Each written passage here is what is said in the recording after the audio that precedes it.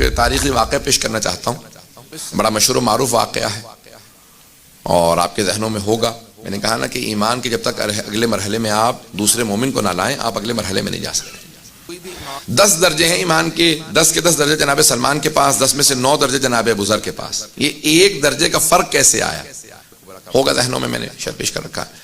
حضران گرامی جب جناب امیر علیہ السلام کو لے جا رہے تھے، اور یہ ایک خط میں آج دیکھ رہا تھا کہ ایک معاویہ نے خط لکھا جناب امیر علیہ السلام کو، اور اس میں اس کا احساس دلایا کہ بھئی آپ کے گلے میں رسی تھی ایک مرتبہ، تو اس نے مولا کی توہین کرنا چاہی اور چاہا کہ مولا کو اذیت ہو، برا لگے، تو مولا نے کہا کہ تو چاہ رہا ہے کہ مجھے اذیت ہو، یہ میری حقانیت کی سب سے بڑی دلیل ہے۔ توجہ، یہ میری حقانیت کی سب سے بڑی دلیل ہے کہ زبردستی بیعت کے لیے لے جا رہے تھے، اس کا مطلب ہے نا میں راضی نہیں تھا۔ اگر راضی ہوتا تو پھر زبردستی کی ضرورت ہی کیا تھی؟ بیعت کے لیے بار بار سڑکوں پہ لے جا رہے ہیں، اس کا مطلب ہے کہ میں راضی نہیں تھا، تو دلیل کے طور پہ لا رہا، میں اپنی دلیل رکھتا ہوں۔ بھئی یہی جناب زینب نے یزید سے کہا تھا، تو سمجھتا کہ ہماری توہین ہو رہی ہے؟ نہیں، اس سے ہماری مظلومیت اجاگر ہو رہی ہے۔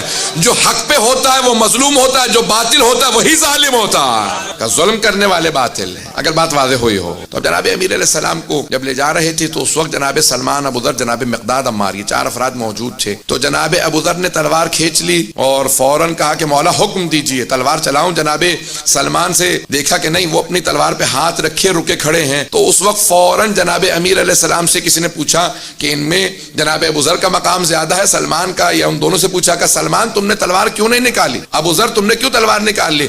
جناب ابو ذر نے کہا جناب امیر کی محبت میں میں نے تلوار کھینچی، میں مقابلہ کرنا چاہتا تھا ان لوگوں کا کہ جو جناب امیر کے مقابلے میں آئے تھے۔ کہ سلمان آپ نے کیوں نہیں تلوار نکالی میان سے باہر؟ کہ مولا سے زیادہ شجاع کوئی نہیں ہے، جب مولا خود خاموش ہے تو پھر میری کیا مجال ہے میں تلوار کو باہر نکالوں؟ میں انتظار میں تھا، مولا کی نگاہوں کو دیکھ رہا تھا، مجھے علی سے اشارہ ملے میں اس وقت تلوار نکالوں۔ مولا کے اشارے کے انتظار میں تھا، جب مولا سے اشارہ نہیں ملا میں خاموش رہا۔ عزیزان گرامی، اتنی سی اطاعت میں جب فرق آ جاتا ہے تو ایک کے 10 درجے پورے ہو جاتے ہیں، ایک 9 درجے پہ رک جاتا ہے۔ پتہ نہیں بات پہنچی یا نہیں پہنچی۔ اطاعت میں انسان پیچھے رہ جاتا ہے اگر انسان محبت میں وہاں آگے بڑھ جائے جہاں بھی مولا کا اشارہ نہیں ملا۔ اتنے تابع اور فرما بردار رہیں کہ امام کے اشارے کے بغیر آگے بڑھنے کی کوشش نہ کریں۔ یہ ہر چیز میں ہے، انسان کسی بھی عبادت میں رد و بدل نہیں کر سکتا جب تک کہ ان کی طرف سے اشارہ نہ، جب تک کہ ان کی طرف سے اشارہ نہ، ہر عبادت کی۔ عزیزان گرامی، ائمہ علیہم السلام ہمارے لیے نہ صرف یہ کہ اسوہ ہیں، بلکہ جب ہم کہتے ہیں نا کہ اطاعت واجب ہے تو ہر لحاظ